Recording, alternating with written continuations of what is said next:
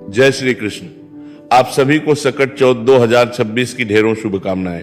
प्रिय दर्शकों, आज के इस वीडियो में हम विशेष रूप से बात करेंगे सकट चौथ के बारे में कि सकट चौथ किस दिन है, आपको व्रत कब करना चाहिए। ये कंफ्यूजन इसलिए है क्योंकि इस वर्ष कुछ बड़ी तिथियां सूर्य के मुख से नहीं है। जैसे एकादशी अभी गई पुत्रदा, एकादशी व सूर्य के मुख से प्राप्त नहीं हो रही थी, तो कब करना चाहिए व्रत। इसी प्रकार से अभी जो सकट चौथ आ रही है, ये भी सूर्य के मुख से नहीं, तो ऐसी अवस्था में हमें व्रत कब करना चाहिए, निर्धारण कैसे होना चाहिए, शास्त्र क्या कहते हैं, शास्त्रीय नियम क्या कहते हैं, ये जानना बड़ा आवश्यक होता है। तो बताएंगे आपको कि सकट चौथ का व्रत आपने कब करना है, किस दिन करना है, पूजा के लिए शुभ समय क्या रहेगा। ये जानना इसलिए आवश्यक है क्योंकि इस दिन भद्रा का भी साया है। हाँ बिल्कुल, इस दिन भद्रा है जी। तो भद्रा कब समाप्त होगी, कब आपने पूजन करना है, कैसे पूजन करना है। एक और बड़ी बात ये कि इस वर्ष सकट चौथ जो है ना, वो खरमास में आ रहा है। प्रति ऐसा नहीं होता, अगले साल भी सकट चौथ जो है वो खरमास में नहीं आएगा, और पिछले साल भी सकट चौथ खरमास में नहीं आया था। इसीलिए सकट चौथ जब खरमास में है तो उस अवस्था में क्या हमें करना है, क्या नहीं करना है, इस पे ध्यान देना है।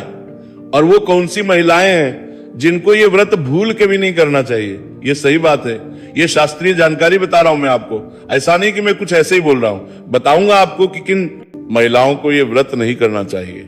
साथ ही ये भी आपको कि जो भी नया व्रत शुरू करना चाहते हैं उनको व्रत करना चाहिए कि नहीं करना चाहिए, और अगर व्रत करना चाहिए तो कैसे करना चाहिए, क्या विधि है, क्या नियम है, किन बातों का ध्यान रखना चाहिए। सकट चौथ के व्रत में किस देवता के पूजा करने चाहिए, क्या इसके नियम कहे गए हैं, आहार में भोजन में क्या खाना चाहिए, क्या नहीं खाना चाहिए। इस प्रकार से संपूर्ण शास्त्रीय जानकारी मैं आपको प्रदान करूंगा। जानकारी आरंभ करते हैं। आपसे निवेदन है कि वीडियो यदि थोड़ा सा भी अच्छा लगे, उपयोगी लगे, तो कृपया एक बार लाइक अवश्य कर दीजिएगा। भगवान गणेश सदा आपकी संतान को सुरक्षित रखें, दीर्घायु बनाएं। इसके लिए कमेंट बॉक्स में अवश्य लिखिए जय श्री गणेश या ओम गण गण बताइए। नमः भगवान गणेश के आशीर्वाद से आपकी संतानें सुरक्षित रहेंगी। आप देख रहे हैं प्राचीन मार्ग टीवी, ज्योतिष संस्थान का प्रतिष्ठित यूट्यूब चैनल प्राचीन मार्ग टीवी धार्मिक। हम यहाँ पर सभी व्रत और त्योहारों की सही शास्त्रीय जानकारी प्रदान करते हैं। ज्योतिष शास्त्र और पंचांग के आधार पर आपको बताते हैं कौन सी तिथि कब है, व्रत आदि कब करना है, क्या विधि है, क्या नियम है और क्या गलती नहीं करनी है।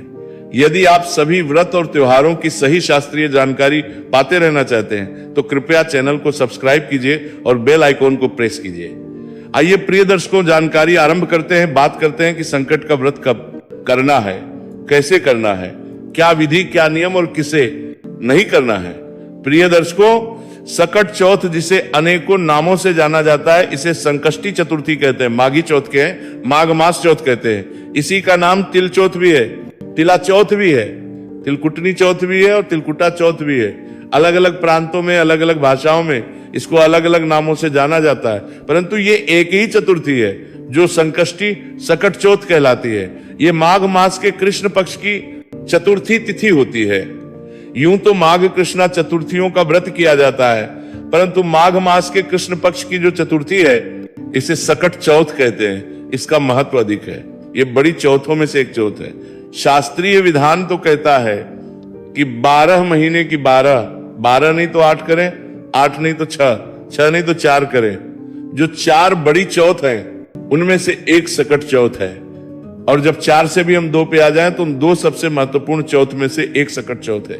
2 सबसे महत्वपूर्ण, एक तो करवा चौथ जो आश्विन मास में, कार्तिक मास में आती है, पति की लंबी आयु के लिए की जाती है। दूसरी सकट चौथ जो संतान की लंबी आयु के लिए, अच्छे स्वास्थ्य के लिए की जाती है। इस चौथ का व्रत जो है सबके लिए महत्वपूर्ण है, इसीलिए सभी माताएं इस व्रत को करती हैं और ये व्रत किया भी जाना चाहिए, क्योंकि संतान की आवश्यकता सबको है और संतान सदा सलामत रहे, सुरक्षित रहे, संतान सदा तरक्की करती रहे, प्रोग्रेसिव रहे, संतान तरक्की करती रहे। इसके लिए सकट चौथ का व्रत प्रमुख रूप से किया जाता है। ये व्रत मुख्य रूप से निर्जला किया जाता है। निर्जला करना चाहिए, फल आहार ही करना चाहिए। अन्य क्या क्या विधान है आहार के, ये भी आपको बताएंगे आगे। प्रिय दर्शकों, सकट चौथ के दिन इसकी जो पूजन की विधियां है ना, वो भिन्न भिन्न प्रांतों में थोड़ी थोड़ी अलग है। प्रमुख रूप से जो पूजा है वो चंद्रमा की जाती है, गणेश जी की जाती है और चौथ माता की जाती है। अब कई लोग इसमें चौथा एक और रूप ले आते हैं, ये सकट रूप है जी। अरे भाई, चौथ माता है। हर एक चतुर्थी पर अलग चौथ माता की पूजा होती है, इस पर सकट चौथ की होगी। तो सकट चौथ माता की पूजा, गणेश जी महाराज की पूजा और चंद्रमा की पूजा, ये 3 प्रमुख पूजाएं हैं जो इस दिन की जाती है। पूजा की जो भिन्न भिन्न विधियां हैं, उनमें से मैं आपको शास्त्रीय जानकारी के अनुसार बताता हूं कि कैसे आपको पूजा करनी चाहिए। क्योंकि परंपरा है, सामाजिक परंपराएं हैं, वो तो स्थानों के हिसाब से, जगह के हिसाब से, कबीलों के हिसाब से विकसित हुई। जैसा जो कबीला जहां जैसे पूजन करता था, उसमें धीरे धीरे उसी प्रकार से सभी लोग करने लग गए। इसीलिए थोड़ी थोड़ी भिन्नताएं हैं, परंतु जो शास्त्रीय विधान है वो यही कहता है कि इस दिन भगवान गणेश की पूजा होनी चाहिए, चंद्रमा को अर्घ्य दिया जाना चाहिए, चौथ माता की पूजा होनी चाहिए। समय में अंतर हो सकता है, कुछ स्थानों पर पूजन सुबह कर लिया जाता है, कुछ स्थानों पर पूजन जो है तारे निकलने के बाद किया जाता है, और कुछ स्थानों पर पूजन चंद्रमा को अर्घ्य देने के बाद किया जाता है। किसी भी पूजा की विधि को हम गलत नहीं कह सकते, क्योंकि ये पूजा विधियां केवल परंपराओं पर आधारित है। व्रत तो और नियम तो ये कहते हैं कि ये पूजा की जानी चाहिए, शाम को करनी है, सुबह करनी है, या चंद्रमा को अर्घ्य देकर करनी है। ये केवल आपकी मान्यता है, जैसे आपकी मान्यता है वैसे आप कर सकते हैं। तो आपको सकट चौथ वाले दिन सूर्योदय से पहले उठना चाहिए। उठने के बाद स्नान आदि से निवृत्त होकर स्वच्छ वस्त्र धारण कीजिए। स्वच्छ वस्त्र धारण करके आपकी जो दैनिक पूजा पाठ है उसको कीजिए। माघ मास चल रहा है, यदि आप माघ स्नान कर रहे हैं उस नियम को पालन कीजिए। माघ मास का मातम्य आदि जो भी सुन रहे हैं, कथाएं आदि, वहां सभी सुनिए। क्योंकि इस सकट चौथ की पूजा की अगर हम बात करें तो पूजा जो है ना वो सुबह सुबह नहीं होगी, पूजा सुबह सुबह नहीं होगी। कारण यह है कि एक तो इस दिन भद्रा है, सिंह की है, दूसरा सुबह के समय पर मुहूर्त उत्तम नहीं है। इसका जो उत्तम मुहूर्त बन रहा है ना वो दोपहर बाद का बन रहा है। इसीलिए सभी आपके दैनिक पूजा पाठ कर लीजिए। पूजा पाठ करने के बाद अब हम आते हैं नियमों पर। तो नियम ये कहता है कि व्रत निर्जला किया जाता है, और आहार के रूप में भी इसको फलाहार ही करना चाहिए, फलाहार पर ही इसको किया जाता है। परंतु यहां फिर मैं कहूंगा, क्षेत्रीय परंपराओं में बदलाव है। इस दिन रात्रि को चंद्रमा को अर्घ्य देकर अन्न खा लिया जाता है, व्रत खोल लिया जाता है। मेरी सलाह रहेगी कि आप इस दिन व्रत कीजिए, फलाहारी व्रत कीजिए, निर्जला व्रत कीजिए। अगर आप सक्षम हैं, आपको किसी प्रकार की परेशानी ना हो आपके स्वास्थ्य के साथ, तो निर्जला और फलाहारी व्रत करके अगले दिन आप व्रत का पारण करेंगे। इसका पारण जो है व्रत का सूर्योदय के बाद किया जाना चाहिए। पारण के लिए मैं अलग से भी जानकारी भी दे दूंगा, फिर भी मैं आपको बता दूं, सूर्योदय के बाद 7 तारीख को आप व्रत पालन करेंगे, कल्याणकारी रहेगा। अन्न आदि उसी में खाएंगे। व्रत खोलेंगे आप तिलकुटे से। इस व्रत में तिलकुटे का बड़ा महत्व है। तिलकुटे के बिना यह व्रत अधूरा होता है। तिलकुटा क्या होता है? तिल और गुड़ की मिठाई होती है, या ये कहें कि तिल और भूरे की मिठाई होती है, जिसमें तिल को भुना जाता है, भूनने के बाद उसमें भूरा मिला दिया जाता है और वो तिलकुटा बन जाता है। कुछ लोग उसको भून के कूटते हैं, फिर भूरा मिलाते हैं, और तिल गुड़ लड्डू भी बनाए जाते हैं। जो भी आपसे बन जाए वो उत्तम है, इसी का भोग लगेगा इसी दिन। और यही आपको प्रसाद और भोजन के रूप में भी जब आप पारण करेंगे तो पहली बार में ग्रहण करना है। पूजन कैसे करना है इसकी बात करते हैं। तो जब आप पूजन करेंगे, दोपहर के समय पूजन, आप गणेश जी महाराज की स्थापना कीजिएगा।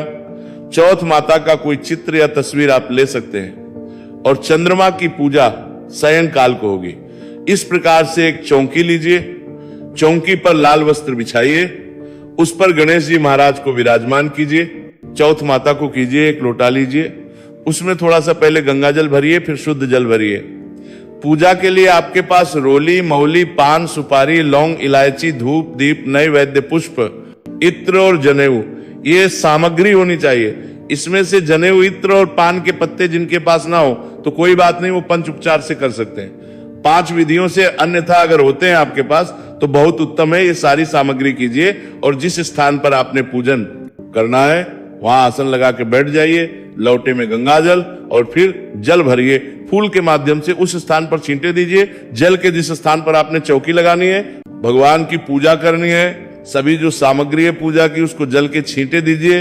अपने स्थान को शुद्ध किया, सामग्री को पवित्र किया। अब आप चौकी बिछाइए, लाल वस्त्र बिछाइए, उस पे भगवान गणेश और चौथ माता को विराजमान कीजिए। के सामने तिल के तेल का दिया रखिए, उल्टे हाथ की तरफ ये दिया रखा जाएगा। धूप रखिए। इस प्रकार स्थापना करने के बाद अपने सीधे हाथ पर जल लीजिए। ओम ऋषिकेशाय नमः हाथ धो लीजिए। लोटे में से 1 चम्मच से जल लीजिए। हस्तो वृक्षालम, हाथ धोने के बाद आप व्रत पूजन का संकल्प करेंगे, वो आवश्यक है। संकल्प करने के लिए सीधे हाथ पर जल लीजिए। 1 रुपए का सिक्का दक्षिणा के रूप में कम से कम रखिए, अधिक जो भी रखना चाहे वह रख सकते हैं। 3 बार बोलिए ओम श्री विष्णु, ओम श्री विष्णु, ओम श्री विष्णु। अपना नाम, अपना गोत्र, जिस स्थान पर बैठकर संकल्प कर रहे हैं वहां का मकान नंबर, क्षेत्र का नाम, संतान संकल्प भगवान के चरणों में अर्पित कर दीजिएगा। संकल्प आपने अवश्य करना है। अगर इस शास्त्र से ना कर पाए तो हाथ जोड़कर भगवान के सामने निवेदन करना कि हे प्रभु, हे सकट चौथ माता, आज मैं अपने संतान की लंबी आयु के लिए, अच्छे स्वास्थ्य की कामना के लिए सकट चौथ का व्रत कर रही हूं। इसे मैं सफलता पूर्वक कर पाऊं, इतनी मुझे शक्ति दीजिए और इसे स्वीकार कीजिए। इस प्रकार से आप संकल्प करेंगे। संकल्प करने के बाद फिर आपने विधि विधान से पूजन करना है। पूजन के लिए मैं एक अलग से वीडियो बना दूंगा आपको, जिसमें विधान से मैं आपको बताऊंगा कि कैसे आपको चौथ माता की पूजा करनी है। संक्षेप में भगवान को, गणेश जी महाराज को, चौथ माता को स्नान कराएंगे। स्नान कराने के बाद वस्त्र के रूप में मौली का 1 टुकड़ा तोड़कर अर्पित कीजिएगा। जनेऊ अर्पित कीजिएगा। जनेऊ अर्पित करने से पहले उसको माधी से तिलक कर लीजिएगा। जनेऊ केवल गणेश जी को चढ़ानी है, चौथ माता को कीजिएगा। जनेऊ के बाद तिलक कीजिए। इत्र अर्पित कीजिएगा। इत्र को फूल पर लगा लीजिएगा और वह अर्पित कीजिएगा। इत्र के बाद भगवान को पुष्प अर्पित कीजिए। धूप दिखाइए और दिखाइए। प्रश्न उठता है, धूप दीप कब जलाने हैं? तो जब आप संकल्प शुरू कर रहे हैं उससे पहले धूप और दीप जलाइएगा और दीपक के नीचे आसन अवश्य दीजिएगा। चाहे गेहूं रख लीजिएगा, चाहे चावल रख लीजिएगा, कुछ ना कुछ रखिएगा, उसके ऊपर दीपक रखिएगा। धूप दीप रख के नैवेद्य के रूप में भगवान को तू फल अर्पित कीजिएगा, या आप मिठाई अर्पित कर सकते हैं। मिश्री है तो मिश्री चढ़ा दीजिएगा और फिर 1 चम्मच जल आचमनी के रूप में अर्पित कीजिएगा। तांबुलम पुंगी फलम, फिर तांबुल अर्पित करेंगे तो तांबुल के रूप में पान का पत्ता लीजिए, उस पे 2 लौंग, 2 इलायची और 1 सुपारी रखिएगा और वह अर्पित कीजिएगा गणेश जी महाराज को भी और चौथ माता को। शुभ दक्षिणा, फिर जो भी दक्षिणा आप अर्पित करना चाहते हैं वह दक्षिणा अर्पित कीजिएगा। हाथ जोड़ के नमस्कार कीजिएगा और बैठ के सकट चौथ की कथा सुनिएगा। इसमें जो है ना, कथाएं 2 अवश्य सुननी चाहिए। कौन सी? एक तो सकट चौथ की कथा होगी, चौथ व्रत की, और दूसरी कथा आप सुनेंगे गणेश जी महाराज की, विनोदायक जी महाराज की। ये 2 कथाएं आपने अवश्य सुननी होती है। शास्त्रीय नियम यही कहता है। अगर आप सही कथा सुनना चाहते हैं तो चैनल के साथ जुड़े रहिए। हम आपके लिए चौथ माता की कथा और विनोदायक जी की, गणेश जी की कथा भी उसी वीडियो में अपलोड करेंगे। तो कथा श्रवण कीजिएगा। कथा श्रवण करके जो कथा आप श्रवण कर रहे होंगे तो हाथ में गेहूं के दाने या चावल के दाने आपको लेके कथा सुननी है। कथा पूर्ण करके वो जो दाने हैं गेहूं के या चावल के, उनको उस जल के लोटे में डाल दीजिएगा और इसी लोटे से आप सायंकाल चंद्रमा को अर्घ्य देंगे। कुछ प्रांतों में नियम है कि सुबह जब कथा सुनते हैं तो वो जो जल है सूर्य भगवान को दे दिया जाता है और शाम को फिर से जब आप पूजन करते हैं चौथ माता का तो उस जल से चंद्रमा को अर्घ्य दिया जाता है। तो आप चाहे तो इसी जल को रख सकते हैं सायंकाल के लिए, जिनके यहाँ पे शाम को चौथ की पूजा नहीं होती है, क्योंकि हमने चौथ माता की पूजा और गणेश जी महाराज की पूजा दोनों एक साथ ही आपको बता दी है। ये शास्त्रीय विधि मैंने आपको बताई है। लोक परंपराएं सभी की अलग अलग होती है। मैं बीच में कुछ नहीं बोलना चाहता, सबकी लोक परंपराएं हैं, उसके अनुसार आप कर सकते हैं, पर मूलतः शास्त्रीय जो नियम है वो यही है कि इस प्रकार से हमें पूजन करना चाहिए, शुभ घड़ी और शुभ समय को देखते हुए। इसके बाद इस दिन दान पुण्य का बड़ा महत्व है, तो गरीबों की सहायता करें, ब्राह्मण को दान अवश्य दीजिएगा। संभव है तो वस्त्र दान दीजिए, कंबल दान दीजिए, उन्हें वस्त्र दान दीजिए। दक्षिणा अवश्य देनी चाहिए और गरीबों को जो बांट सके वहां बांटना चाहिए। ये जो आप दान देते हैं, बांटते हैं, ये सब आपकी संतान के उत्तम भविष्य के लिए काम आता है। वहां से जो आशीर्वाद मिलता है वहां आपकी संतान को दीर्घायु और उनको अच्छा स्वास्थ्य प्रदान करता है। शांत चित होके दिन को व्यतीत कीजिए, नियमों का पालन करते हुए, ब्रह्मचर्य का पालन करते हुए। शाम को जब रात्रि को चंद्रमा उदित हो जाएगा तो चंद्रमा की पूजा करेंगे। चंद्रमा की पूजा करने के लिए थोड़ा सा तिलकुटा आपने अवश्य बनाना है, ध्यान दीजिएगा। तिलकुटे का प्रसाद बनाना है, जैसा मैंने शुरू में बताया। तिलकुटा रखिए प्लेट में, रौली कुमकुम आदि प्लेट में, अक्षत रखिएगा और जल का लोटा लेके फिर चंद्रदेव को पहले अर्घ्य दीजिए, फिर उनको भोग आदि लगाइए, तिलक आदि कीजिए, अक्षत आदि अर्पित कीजिए, फिर खड़े खड़े परिक्रमा कर लीजिए। चंद्रदेव से प्रार्थना कीजिए कि हे चंद्रदेव, मेरी संतानों की सदा रक्षा करना और उन्हें दीर्घायु बनाना। यहाँ जो चौकी मैंने लगवाई है, इसका जो प्रार्थना यहाँ पर जो हम करेंगे वो पारण के समय करेंगे। पारण कब करेंगे? इसका पारण हम करेंगे अगले दिन 7 तारीख की सुबह हम पारण करेंगे। उसका वीडियो मैं अलग से बना रहा हूं, उसमें जानकारी दूंगा, तो उसके अनुसार उस व्रत का पालन कीजिएगा। वहां पर क्षमा याचना भी होगी, पुष्पांजलि भी होगी और संतान की लंबी आयु के लिए प्रार्थना भी होगी। अब एक और जानकारी कि कुछ प्रांतों में यह नियम है कि मंगलवार को तिल आदि को भुना नहीं जाता है, भूनने का कार्य नहीं करते।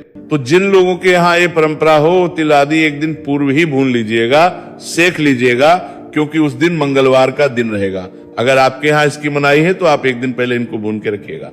अब बात करें कि कौन कौन को कर सकता है और किसे नहीं करना चाहिए। इस व्रत को सभी माताएं कर सकती हैं। एक तो कुंवारी कन्याएं इस व्रत को नहीं करती और करना भी नहीं चाहिए। दूसरा, जो नया व्रत शुरू करना चाहते हैं, जो भी स्त्रियां हैं जिनकी अभी नया विवाह हुआ है या जो पहली बार शुरू करना चाहते हैं, वो इस बार इस व्रत को ना करें, ये सलाह दी जाती है। कहेंगे पंडित जी क्यों, अगर अब ना करें तो कब से करेंगे? अगले वर्ष से कर लीजिएगा। कारण क्या है? कारण ये है प्रिय दर्शकों, क्योंकि इस वर्ष जो खरमास है ना, इसी में रही है, जबकि अगले साल खरमास समाप्त होने के बाद चतुर्थी आएगी। खरमास में मैंने पहले भी बताया था, कोई नया व्रत आदि आरंभ नहीं होता है, ना ही उद्यापन होता है। दूसरा, इस वर्ष शुक्र भी अस्त हो रखा है, जो हर वर्ष नहीं होता। कुछ लोगों को हो सकता है लगे अरे हर साल तो संक्रांति तो 14 को ही आएगी, फिर खरमास क्यों? संक्रांति तो 14 को ही आएगी, लेकिन खरमास पहले समाप्त हो जाएगा। चौथ जो है ना वो बाद में आएगी। 2027 में चौथ मिड ऑफ जनवरी में आएगी, 25 जनवरी के आसपास आएगी। और अभी पिछले साल भी चौथ जो है वो 16 जनवरी की थी, खरमास समाप्ति के बाद। तो ऐसा नहीं है कि हर बार खरमास में ही चौथ आती है। इसीलिए इस वर्ष जो है नया व्रत आपको शुरू नहीं करना चाहिए। जो भी नई माताएं हैं या जो नया नया जिनका विवाह हुआ है, वो अगले वर्ष इस व्रत को करें तो कल्याणकारी रहेगा। बात करते हैं व्रत कब किया जाएगा। तो प्रिय दर्शकों, ये जो व्रत है ना, ये व्रत आपको करना चाहिए 6 तारीख को, 6 जनवरी को, क्योंकि चतुर्थी शुरू हो रही है 8:01 पर और 7 तारीख को सुबह 6:52 पर ये समाप्त हो जाएगी, अर्थात सूर्योदय से पहले ही समाप्त हो जाएगी। तो ऐसे में चंद्र का बड़ा महत्व है। चंद्रोदय कब है? चंद्रोदय चतुर्थी में रहेगा 6 तारीख को। तो 6 तारीख को आप सकट चौथ का व्रत करेंगे। चंद्रोदय का समय रहेगा शाम को, रात्रि को 8:56 पर। यह दिल्ली के अनुसार समय है। आप अपने शहर का जानना चाहते हैं समय, तो कमेंट बॉक्स में लिख के पूछ लीजिएगा, हम आपको आपके शहर का भी समय बता देंगे। पूजा की अगर हम बात करें तो जो सुबह की पूजा है वो सुबह सुबह नहीं होगी।